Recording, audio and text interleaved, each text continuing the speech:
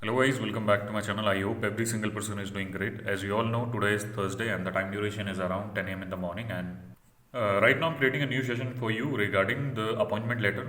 अगर आप कभी भी अपॉइंटमेंट बुक करते हैं तो देर इज़ वन थिंग, आप अपॉइंटमेंट अपना कैसे चेक कर सकते हैं, उसकी फॉर्मेटिंग होती है.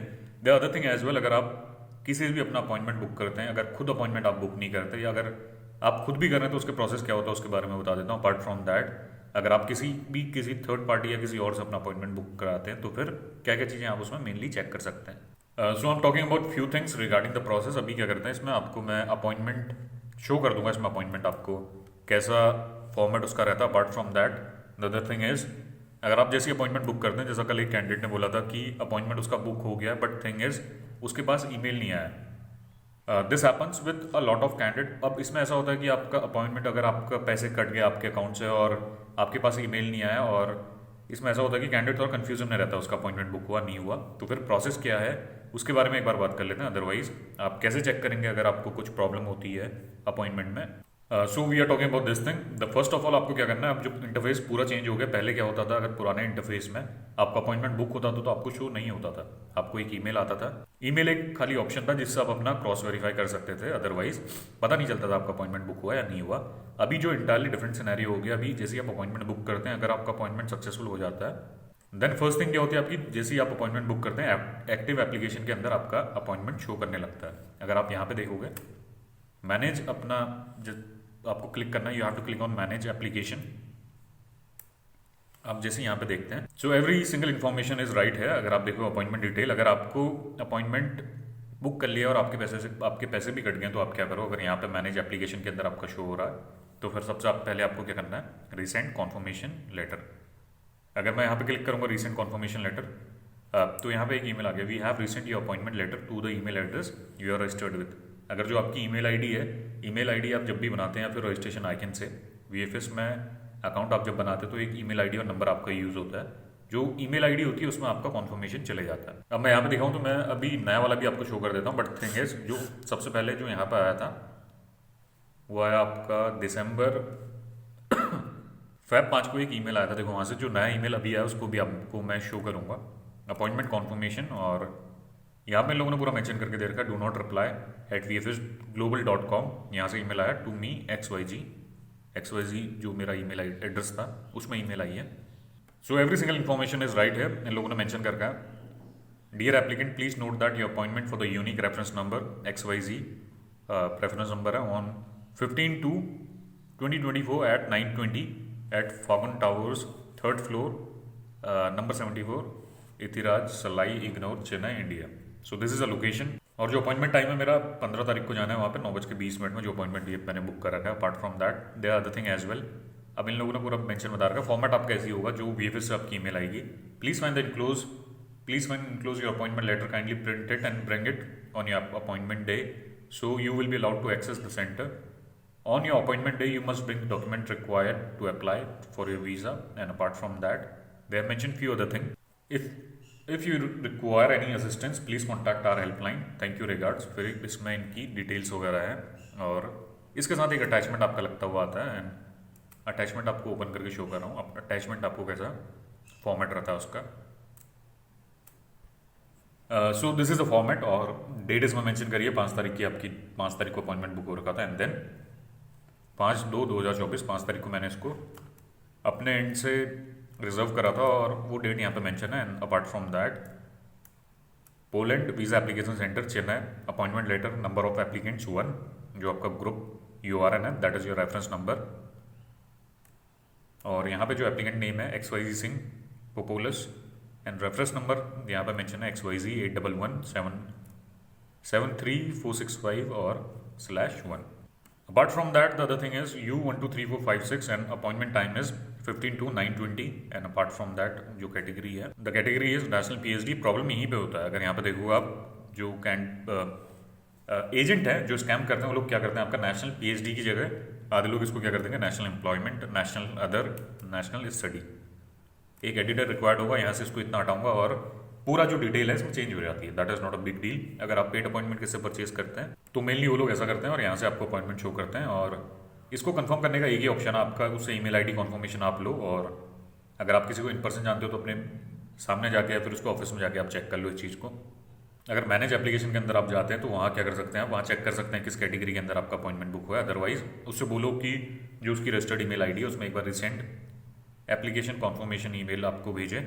उसमें क्या होगा, अगर आप उसके सामने बैठे होगे तो फिर आप चेक कर सकते हो एग्जैक्ट कैटेगरी क्या है, उसी टाइम पे एक नया ईमेल आता है। अदरवाइज जो एडिटेड डॉक्यूमेंट होता है आपका, अगर एजेंट आपका अपॉइंटमेंट बुक कर रहा है और आपको क्रेडेंशियल वगैरह भी शेयर नहीं करता और वीडियो बना के आपको शेयर करता है, अपार्ट फ्रॉम दैट, या फिर खाली एक पीडीएफ आपको भेजता है, तो पीडीएफ में ऐसा होता है, हाई चांसेस होते हैं कि आपके साथ स्कैम हो सकता है, क्योंकि डॉक्यूमेंट एडिट करना बहुत ईजी थिंग है। इसमें देखो, इस जो अपॉइंटमेंट है, इस अपॉइंटमेंट को कुछ नहीं करना, बस होगा नेशनल पीएचडी की जगह national employment national other mention कर देना, और अगर किसी को खाली ईमेल भेजना होगा तो फिर पता नहीं चलता है। और अगर कोई कैंडिडेट रिसीव करेगा उसको लगेगा कि जो उसकी कैटेगरी है, एग्जैक्ट कैटेगरी के अंदर अपॉइंटमेंट बुक हो रखा है, बट थिंग इज यहाँ पे स्कैम हो जाता है। और this is happening a lot from last 1 और 1.5 ईयर आई कैन से। अब स्लॉट्स जब 30-35 हज़ार रुपये का अपॉइंटमेंट मिलता था तभी भी स्कैम होते थे, और राइट नाउ थिंग इज अभी भी लाख एक रुपये का अपॉइंटमेंट आपको मिलता है और अभी भी हाई स्कैम चलते हैं, क्योंकि बहुत ईजी प्रोसेस है। अभी यहाँ पे देखा जाए, जो आपके एजेंट हैं वो लोग क्या करते हैं, एक फेक नंबर यूज़ करते हैं, या फिर आपका क्या करते हैं, डिटेल्स वगैरह अपनी फेक वगैरह यूज़ करते हैं वो लोग, एंड देन आप लोगों को अपॉइंटमेंट वगैरह शेयर कर देते हैं। जैसे अभी वो लोग अपॉइंटमेंट बुक करते हैं नेशनल पीएचडी की जगह, उन लोगों ने क्या किया, अगर जिसके पास स्कैम हुआ अपॉइंटमेंट लेटर आया तो उसमें क्या होता है आपको बताता हूँ। जैसे बहुत कैटेगरीज है, नेशनल अदर है, नेशनल डिपेंडेंट है, नेशनल पीएचडी है, उसमें अपॉइंटमेंट बुक कर देते हैं, देन वो लोग इसमें एडिट करके आपको शेयर कर देते हैं।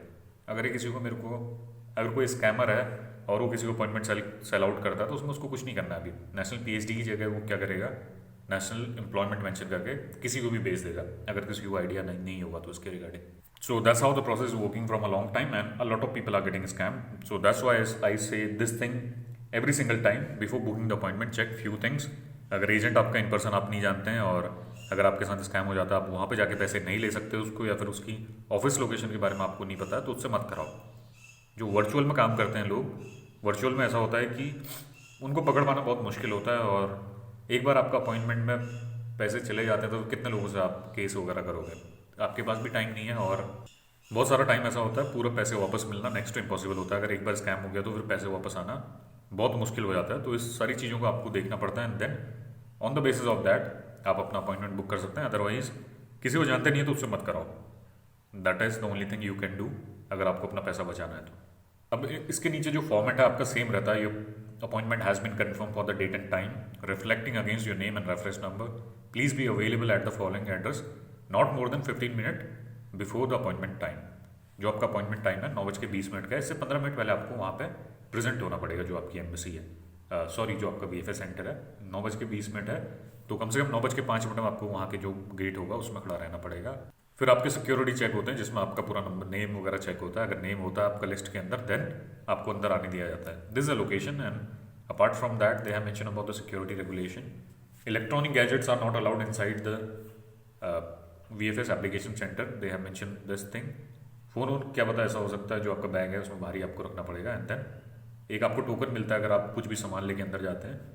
VFS है, पासपोर्ट सेवा केंद्र है, या एनी अदर गवर्नमेंट ऑर्गेनाइजेशन जहाँ पर आपके VFS, पासपोर्ट, वीज़ा रिलेटेड काम होते हैं, तो आपका क्या होता है, बैग आपको अंदर नहीं ले जाने देते हैं। आप डॉक्यूमेंट अपने निकालते हैं और बाहर पर आपको एक टोकन देते हैं। जब आप सबमिशन कर लेते हैं, बाहर पर आते हैं, टोकन उनको देते हैं, देन आपका जो भी बिलोंगिंग्स हैं आपको वापस हो जाती हैं। Kindly refer the security regulation on your website. Due to security reason, due to following item will be not permitted inside the application center or stored in the premises with effect from 5th Feb 2007. All battery operated or electronic gadgets such as cameras, audio video cassettes, compact disc, MP3, floppies, laptop and portable music player, they are not allowed. And apart from that, all bags such as travel bag, backpacks, briefcase, suitcase, leather or jute or cloth bag, zip folder, only a plastic bag containing your application related paper would be permitted. Sealed envelope or packages, any inflammation items such as matchbox, lighter, fuel, ये सारी चीज़ें आपकी required नहीं होगी। जो भी आपकी file है उसको ले जाने देंगे लोग, एंड यानी साफ, और तो खैर और कोई सामान लेके जाता है नहीं वहाँ पे। जो आपका रिक्वायर्ड चीज़ें वही लेके जाओ वहाँ पे। और इन लोगों ने अपना पूरा एक गाइडलाइन निकाली है। अगर आप एडिशनल सामान वगैरह लेके जाते हैं अंदर पे, वो अलाउड नहीं है। तो अपना, अगर आप यहाँ पे देखोगे अदर गाइडलाइंस वगैरह इन लोगों ने मेंशन करी है। और कोरियर सर्विस, अगर आपको कोरियर सर्विस ऑप्ट करना है, दे हैव मेंशन अबाउट दैट 572 रुपये, 572 रुपीज़ आपके उसके चार्ज होते हैं। एंड देन जिस दिन आपका पासपोर्ट कलेक्शन डे होता है उस दिन आपका जो एड्रेस होता है, अगर आप कुरियर सर्विस ऑप्ट करते हैं वहाँ पे आपका कुरियर डिस्पैच कर दिया जाता है। और यहाँ पे इन लोगों ने पूरा मेंशन करके दे रखा है, प्लीज़ नोट दैट अगर आप अपनी गाड़ी वगैरह लेके जाते हैं, हैदराबाद सेंटर के बारे में इन लोगों ने मेंशन करा है, पार्किंग फैसिलिटी वहाँ पे अवेलेबल नहीं है, और अपना आप देख के आओ, इन लोगों ने पूरा मेंशन कर रखा है। Apart from that, the other information is they have mentioned the information regarding this application centre कहाँ पे लोकेटेड है, Banjara hills, Hyderabad, Telangana. And apart from that ये सारी इन्फॉर्मेशन इनकी है, और एक बार फॉर्मेट आप चेक कर लो, ये एग्जैक्ट फॉर्मेट है, और इसके अलावा फॉर्मेट को देख के ही आप पता नहीं लगा सकते हो कि आपका अपॉइंटमेंट जेन्युइन है या फेक है। There are other parameter as well, जैसे मैंने आपको बताया, आप एक बार लॉगिन करके चेक करो। Apart from that the other thing is, अगर आपको कोई नोन पर्सन है उससे अपॉइंटमेंट बुक कराओ, otherwise there are high chances of getting scam. अगर आपको किसी पे भरोसा है, अगर आप सबमिशन करते हैं उसके बाद भी अगर आप उसके कॉन्टैक्ट में, आप उसको इन पर्सन जानते हैं, उसके ऑफिस विजिट कर सकते हैं, then you can go ahead with that, otherwise there are high chances of getting scam. अगर आप किसी को जानते नहीं है तो उससे अपॉइंटमेंट अभी बुक मत कराओ। So that's how the process works. And apart from that जो मैंने आपको मेन चीज़ बताई थी, मेन चीज़ आपकी ये है, आपका लॉगिन करो, लॉगिन करके आपकी सारी इन्फॉर्मेशन है, appointment letter, applicant detail, every single thing is right over that. अगर आप किसी को इन पर्सन जानते हो तो उसके ऑफिस में जाके आप करा लो, अगर वो अपॉइंटमेंट आपको बुक करके सारी चीज़ें चेक करके आपको बताता है तो फिर आप इस चीज़ का कंफर्म कर सकते हैं। आपका अपॉइंटमेंट डिटेल जैसे इन लोगों ने यहाँ पे पूरा आपका मेंशन है, रेफरेंस नंबर है, एप्लीकेशन डिटेल आपकी है, सर्विसेज आपकी हैं, और कैटेगरी देखो यहाँ पे नेशनल पीएचडी है। अगर आपका नेशनल एम्प्लॉयमेंट होगा तो फिर यहाँ पे नेशनल एम्प्लॉयमेंट होना चाहिए। स्टडी के लिए आप बुक कर रहे हैं तो नेशनल स्टडी होना चाहिए। This is the reference number. So this is how the process works. You have to make sure of few things, और उसके बेसिस पे आपको पता चलता है आपका जो अपॉइंटमेंट है जेन्युइन है, फेक है। And so this is the protocol, that's how the process works. Apart from that there can be possibility you will get scammed in this process, अगर आप किसी स्ट्रेंजर से अपना अपॉइंटमेंट बुक करते हैं तो। So that's all for now. Have a nice day. If you have any query regarding the process, you can ask me. Thank you, guys.